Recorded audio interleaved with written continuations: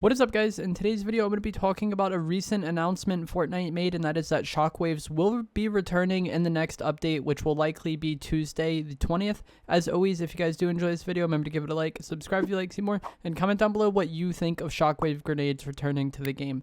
So here is the announcement. It was posted yesterday by Fortnite Status. They said, get ready to bounce around the jungle. Shockwave grenades are being unvaulted in zero build with our 25.10 update. We've been paying close attention to player feedback regarding mobility items and will continue to monitor gameplay for all BR experiences.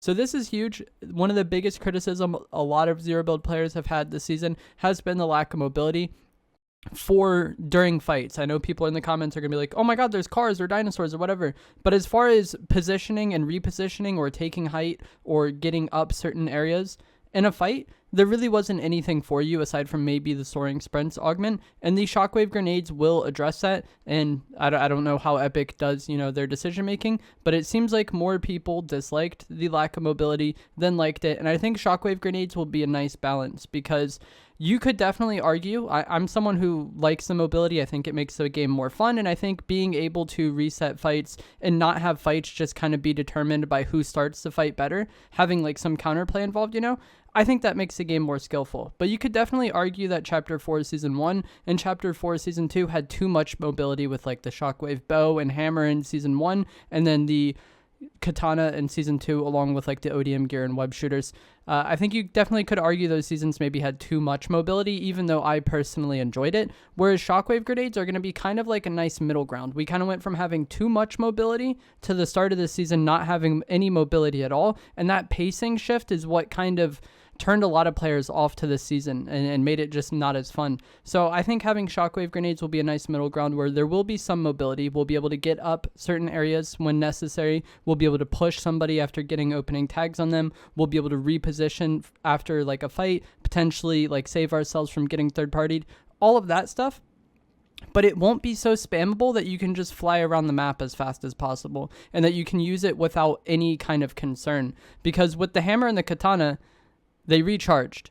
So you could use it and not really care about the like downside of it. Like there were times where you wanted to be mindful of your katana dashes, but for the most part, a lot of players would just spam their mobility to get around the map as fast as possible. With Shockwave grenades, I think each spawn gives you 2, and then you can carry up to 6 per inventory slot. So you don't want to just waste your shockwaves and use them uselessly all the time. Like if you use a shockwave grenade, you want to be sure that you're getting some form of value out of that. And that does add a degree of skill to, knowing when to use your mobility, when to conserve it, and things of that nature, along with the fact that I think shockwaves are just much more difficult to use than any of the other mobility items that we've recently had. So the shockwave grenades, if you guys didn't play in Chapter 3, which if you guys played in Chapter 3, I'm sure you're well aware of how they work because they were kind of the meta for zero build pretty much the entirety of Chapter 3.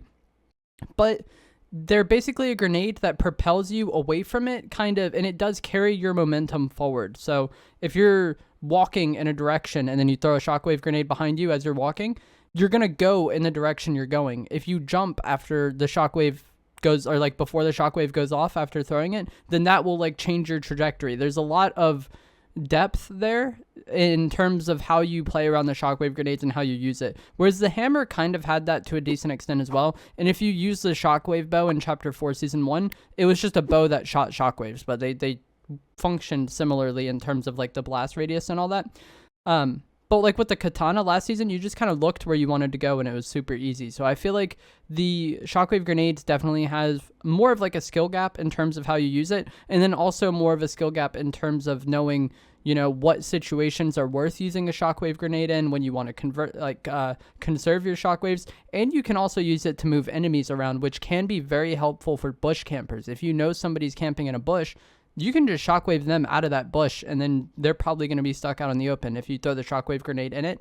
If you have somebody camping a mountain, one thing that people used to do back when the blimps were in the game is you would throw a shockwave at your feet, make yourself go straight up, and then you would throw shockwaves down at the person camping high ground, and then it would like scatter them. Like there's a lot of different things you can do with shockwaves, and I think it's going to be very good for the game to at least have some mobility, but it's not going to be so insane that like we're going to have the pacing that we had in the previous 2 seasons of Chapter for. If you guys haven't played with Shockwave grenades before, or you just want a little refresher on how to use them, they still are in creative. So when something is vaulted in Battle Royale, it's typically still available in creative islands, and that is still the case with Shockwaves as well. So you can go into your own creative island, spawn Shockwaves, and then practice using them. If you don't want to bother with, making your own island and spawning the Shockwaves and all of that, you can just go into the Pitt. This is like a big free-for-all map, and it does have Shockwaves in the loot pool, and you can do a private match of this. So if you just want to go in here and play around with Shockwaves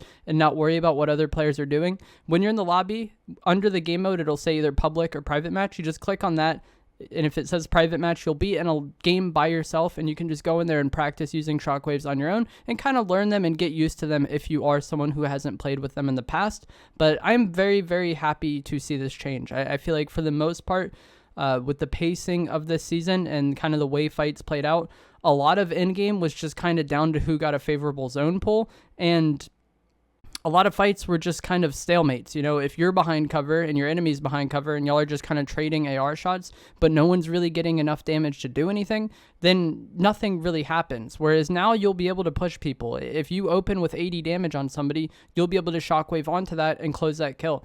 I also think this will make the drum shotgun somewhat less effective, because you'll be able to Shockwave away from players using it, but you'll also be able to Shockwave onto players you get weak, like I said. So if you AR somebody now without Shockwaves, it might be a decent while before you can push them, and then that allows them to heal, and if you're pushing them, you're in super close range, you're in drum shotty range. Whereas if you get them weak and then push them with the pump, that HP advantage that you have kind of minimizes how annoying the drum shotty can be, because you can hopefully kill them in one pump shot, or at least get them incredibly weak after that one pump shot and be able to spray. Like, I feel like if you're 250 health and the other person is 250 health, the drum shotty user has more potential to kill you than if you already have them weak, which obviously goes without saying. But I feel like that is one thing I really noticed, because the drum shotty was in the game in Chapter 3, Season 2, which was when they added Zero Build, and I didn't use it for a lot of that season. I just still ran the pump, and I think one of the main differences was the fact that we had mobility, so you could kind of get opening AR tags, and then with your HP advantage, easily close that fight out, because it won't last as long. You don't give as much opportunity for that drum shotty user to get shots off if you're able to one pump them after getting them weak. So I think this will be huge for the game. I still think a lot of the cars and animals and all of that stuff will be very helpful, because like I said, you want to be more mindful of your Shockwaves. If you just want to get from point A to point B, it's not really worth using your Shockwaves, because you don't necessarily guarantee that you'll get them back, you have to loot them. And whereas the katana and the hammer, people would just kind of use it to get from point A to point B as fast as possible, because it recharged. So now I still think cars will still be useful. I still think animals will be useful. But now we'll have this Shockwave grenades as a way to reposition during a fight, maybe push somebody that's camping high ground, force someone off of high ground, force someone off of bushes, force someone off of cover. There's a lot of things you can do with Shockwaves, and I think it's going to make the game a lot better than it was at the start of the season. But let me know what you guys think of Shockwave grenades returning down in the comments below. Just wanted to give you guys a heads up on this, because I know a lot of players either dislike this season because of the lack of mobility. This solves that. And then I feel like there's also players who kind of liked that the mobility items were gone because they never learned how to use them, or if you just didn't use Shockwave grenades in the past. I would definitely recommend hopping into creative for 10-20 minutes, just kind of play around with the Shockwaves, figure out how they work, and it'll definitely benefit you when they do end up coming to the game. But I hope you guys enjoyed this video. I hope you found it helpful. The Pitt code will be in the description down below if you want to go into a private match in there and try it out, or you could just go into your own creative island and spawn it. But I'll see you guys in the next one. Thanks for watching.